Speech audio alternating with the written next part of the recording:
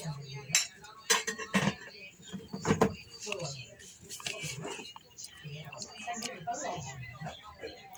20ရန်လေးနော်ရွှေရည်တသိမ်းမဲ့ထုတ်တယ်ဒီမှာရောင်းနှောင်းဝင်လာလေးရှိတယ်နော်ဘယ်လိုမျိုးကရောင်းလို့ရလဲဆိုကြည့်အောင်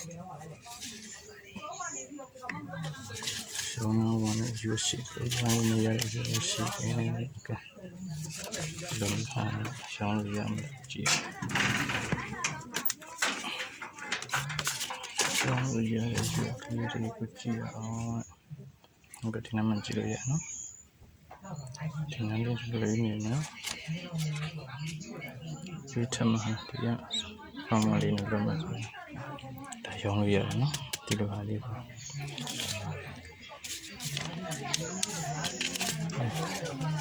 ဒီမှာဒီရေးဟာလေးနဲ့လွန်နေမယ်ဟာဒီပန်းတက်က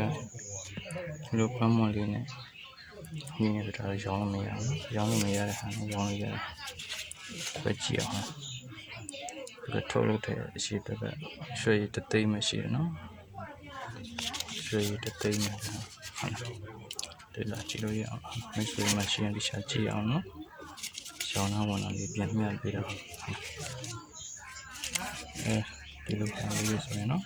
ဒီပုံလေးတခြားကြည့်ပါဘယ်ဒီလိုရွက်ဒီရွက်ကရှောင်းလို့မရဘူးဘာလို့ဆိုဒီမှာပန်းမွန်လေးနဲ့မြည်နေတယ်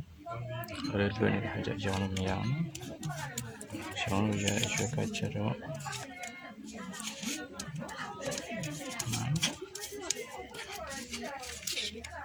ရှောင်းလို့ရတဲ့ရွက်ကဒီလိုဟာလေးနဲ့နားလေးမှကြည့်မနော်ကြည့်ပါဒီနေ့အဲ့လိုလည်းမြည်နေမယ်ဒီပန်းမွန်လေးဟာတက်ကပန်းမွန်လေးနဲ့ဒီလိုနဲ့မျိုးရောင်းလို့ရပါမယ်ကျေးဇူးပါ